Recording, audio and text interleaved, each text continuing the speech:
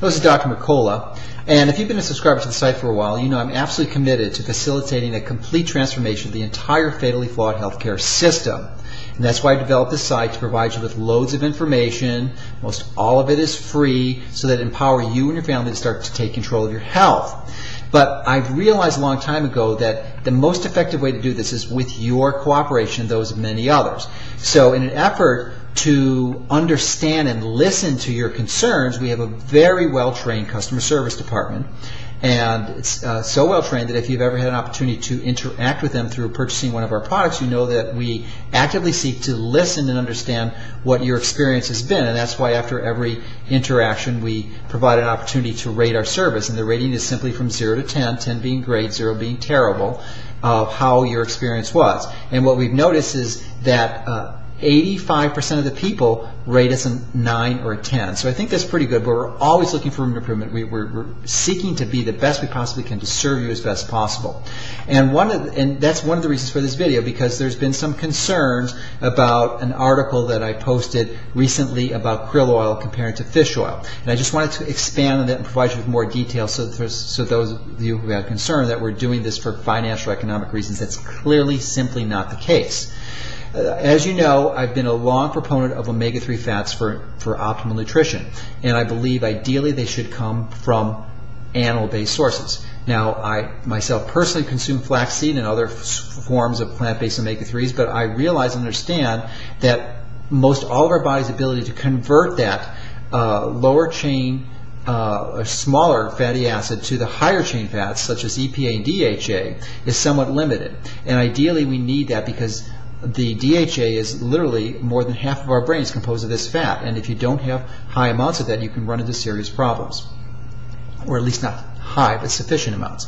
So that's why I recommend animal-based omega-3s. Now, in a perfect world, go back a few hundred years, the absolute best, the finest form of omega-3 intake is from your food, and that would be from fish or sea-based food. And unfortunately, as you know, if you've been reading the site for a while, that is just not practical or possible for most fish because of the contamination, primarily from mercury, which is generated from volatilizing mercury through burning coal for electricity. And 55% of the coal, of the electricity produced in the U.S. is produced from coal. Most people don't know that and don't realize that 40 tons of mercury is emitted into the atmosphere every year from doing this. So that essentially contaminates almost all the waterways in the world, and the mercury gets deposited in the water, and it bioaccumulates into the animal food chain, and depending on how large and how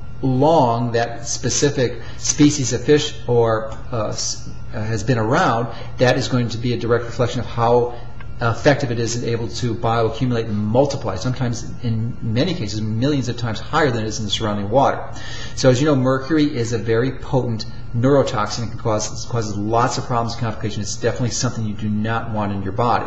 So that is a problem which is really, for the most part, requires most of us to obtain our source of animal-based omega-3s from supplemental forms. And even though I don't believe it's a supplement, I really believe it's a food, because it is providing something we were designed to get from the food that we eat.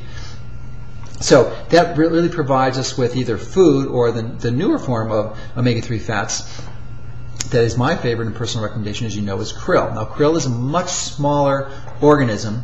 It is whale food, essentially, and because it's so small and it's short-lived, it has very little time to bioaccumulate mercury or other potential toxins such as dioxins and DDT and a whole variety of other things that tend to bioaccumulate in fish. And so it's much cleaner.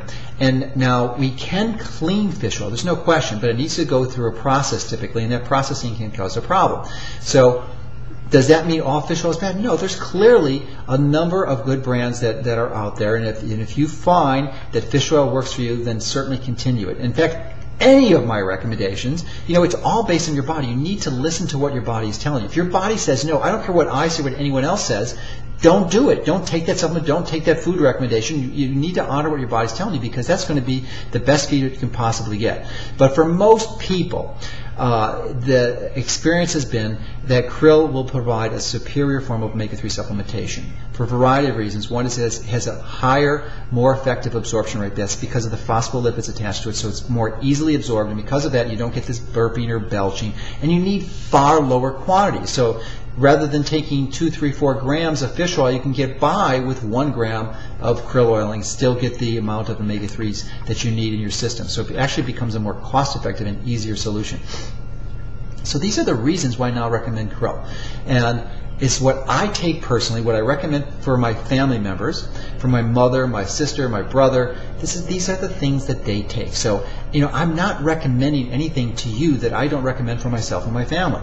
So that's my philosophy. It makes no sense to do anything else. So I've stopped taking fish oil a long time ago, and because I believe krill is better. Now, does that mean, again, that everyone should stop? No, it depends upon your particular circumstances. But from my understanding, review the literature, that is my conclusion. So you're certainly free to review all the literature and information that's out there and come to your own conclusions. But if you're looking for me for guidance, that is what my position is. So hopefully this clarifies my position and helps clear up some of the confusion around this issue that's been created from the article that I posted recently. So again, the purpose of this site is to help inform, to educate you, to help you and your family with more basic information about health so that you can all start to take control of your health.